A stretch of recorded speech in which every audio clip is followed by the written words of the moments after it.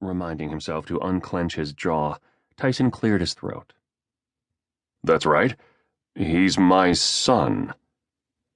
Maybe if he said it often enough, he'd believe it. My son. I have a son, a baby.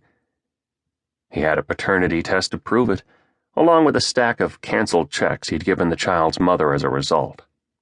He'd been hoping the money would be enough until an anonymous caller, a woman who was probably a neighbor or acquaintance of some kind, made him aware that Rochelle wasn't taking proper care of Braden.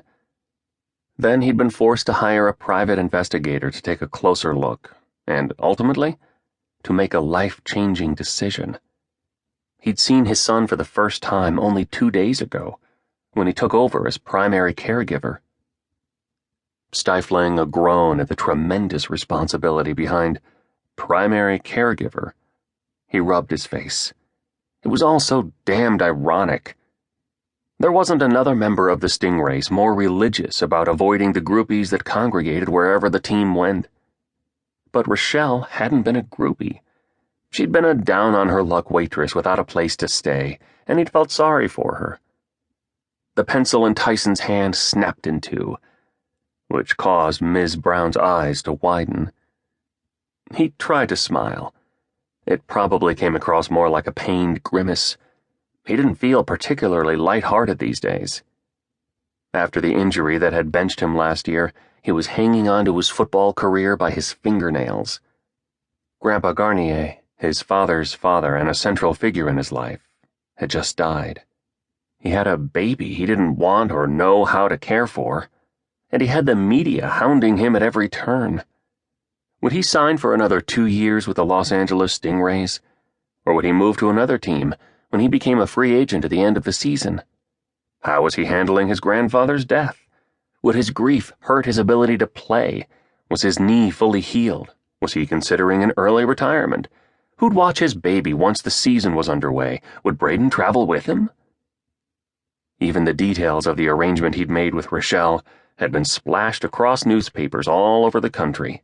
Stingray wide receiver Tyson Garnier pays $1 million for custody.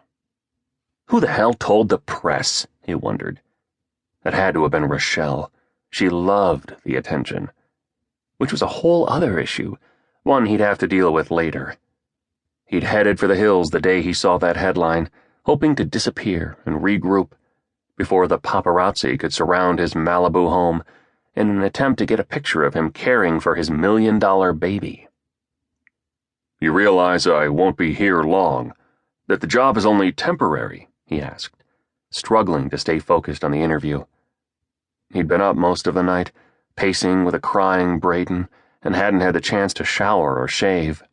A day's growth of beard covered his jaw, and his eyes burned from fatigue. "Gabe explained that to me, yes," she said. "And the job still appeals to you?" He hated to ruin his chances by driving home the negatives, but he didn't want to lie to her. She was giving up her current job for an 8-week stint as a nanny. How wise could that be? "Actually, it's an ideal situation for me," she explained. "I've been working at the pharmacy since high school, so I have a lot of vacation time saved up. Mr. Cottle, that's my boss, told me I had to take it or I'd lose it." "And you're going to spend it working for me? You don't want to see the ocean, go to Disneyland?" Her eyes slid away from his, appeared to focus on the edge of the desk. "I can't. Not right now. Anyway, I don't want to miss this opportunity." Who considered such a brief job as a nanny an opportunity? "It's only 2 months of work." "But it pays well." Tyson hadn't decided on a salary yet. He'd been waiting to ascertain the expectations of his applicants. "It does?" he asked in surprise. "Gabe said you'd pay me at least 3 times what I make at the pharmacy." Tyson's eyebrows jerked up. "Thank you, Gabe. That's some sympathy, buddy." "He did. 3 times. God, hadn't he been taken for enough already?"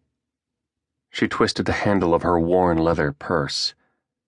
"He told me you were looking for the best and were willing to pay for it."